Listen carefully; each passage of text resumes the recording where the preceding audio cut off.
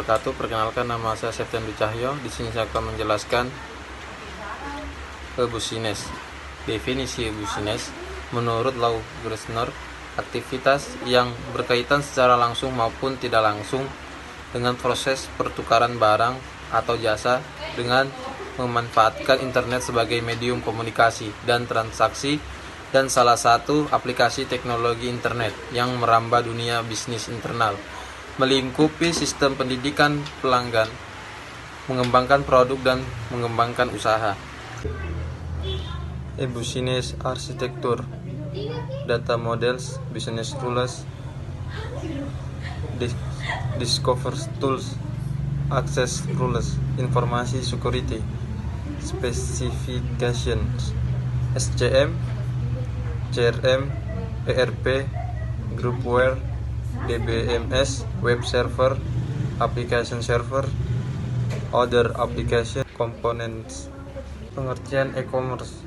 Elektronik e-commerce secara umum merupakan kegiatan bisnis, perniagaan, perdagangan, atau jasa yang berhubungan erat dengan konsumen, manufaktur, internet service provider atau ISP, dan pedagang perantara intermediaries.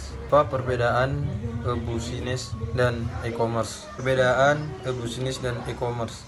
Menurut Turban, e-business atau bisnis elektronik merujuk pada definisi e-commerce yang lebih luas, tidak hanya pembelian dan penjualan barang serta jasa, tetapi juga pelayanan pelanggan, kolaborasi dengan mitra bisnis, learning, dan transaksi elektronik dalam perusahaan. Evolusi bisnis. Menurut London 2010-35, ada 3 fase perkembangan dalam dunia bisnis, yaitu 1. Fase inovasi 1995 sampai dengan 2000. Yang kedua, fase konsolidasi dari 2021 sampai 2026. Yang ketiga, fase reinvensi dari 2006 sampai sekarang.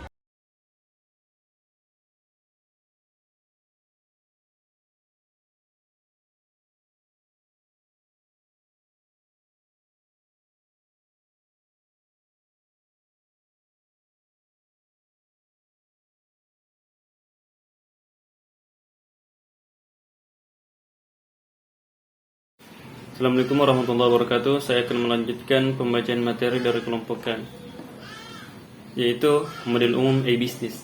Pada dasarnya dilihat dari jenisnya. E-business dibagi menjadi 2 kategori umum, yaitu B2B dan B2C. Prinsip pembagian ini dilandasi pada jenis institusi atau komunitas yang melakukan interaksi perdagangan 2 arah. Proses e-business. Proses bisnis adalah arus kerja dari bahan baku, informasi atau pengetahuan seperangkat aktivitas. Proses juga mengacu pada cara unik di mana manajemen memilih untuk berkoordinasi pekerjaan. Setiap bisnis dapat dilihat sebagai sekumpulan proses bisnis.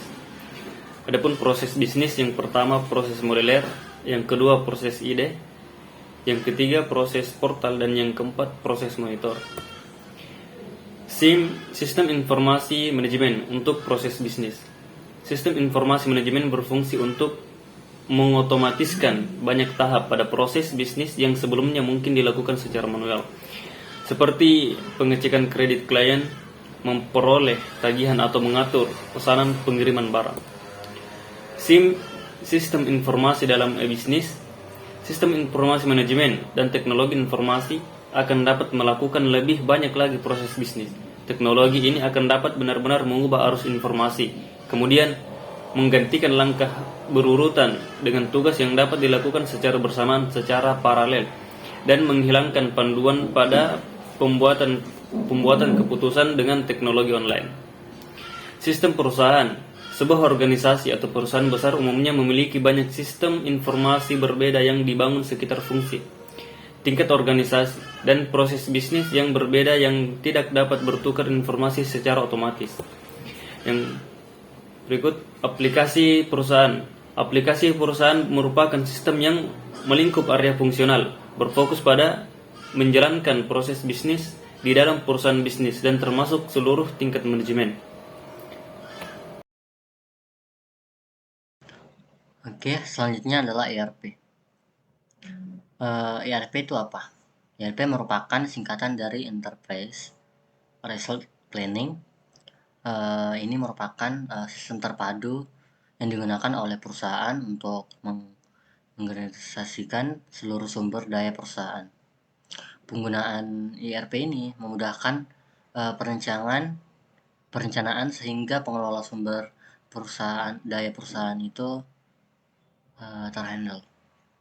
Kemudian dengan adanya sistem ERP ini memungkinkan setiap departemen di perusahaan dapat terhubung pada satu sistem.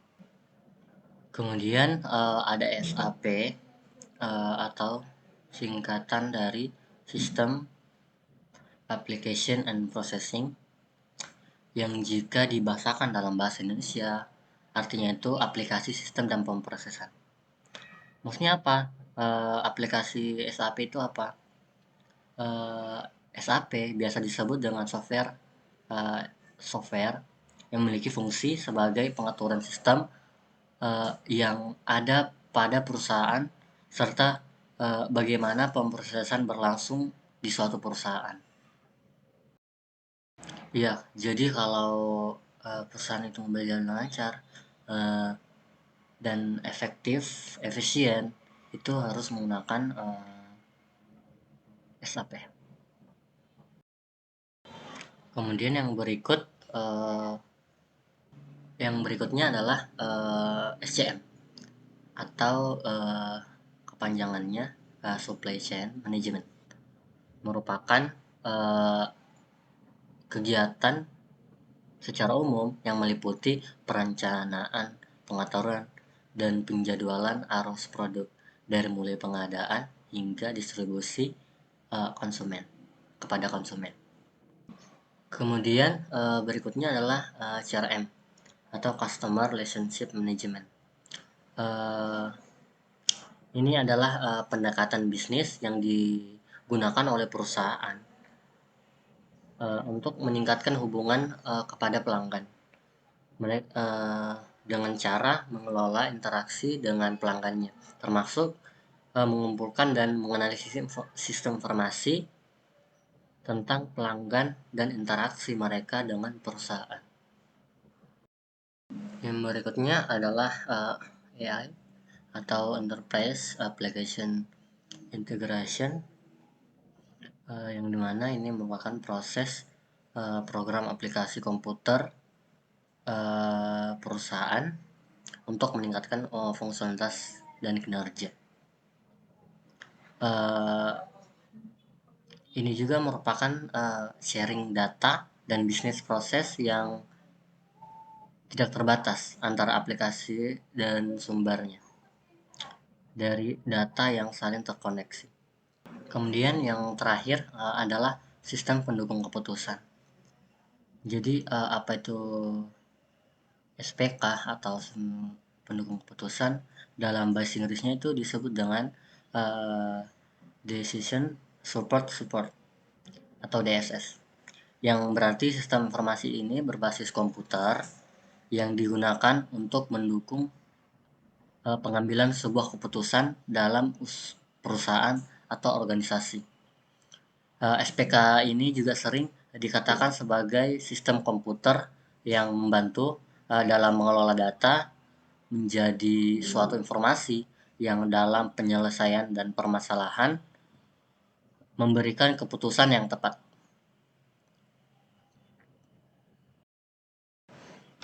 Mungkin itu saja presentasi pemaparan materi dari kelompok kami, kelompok 8. Setiap apa yang kami sampaikan pasti mempunyai kelebihan dan kekurangan.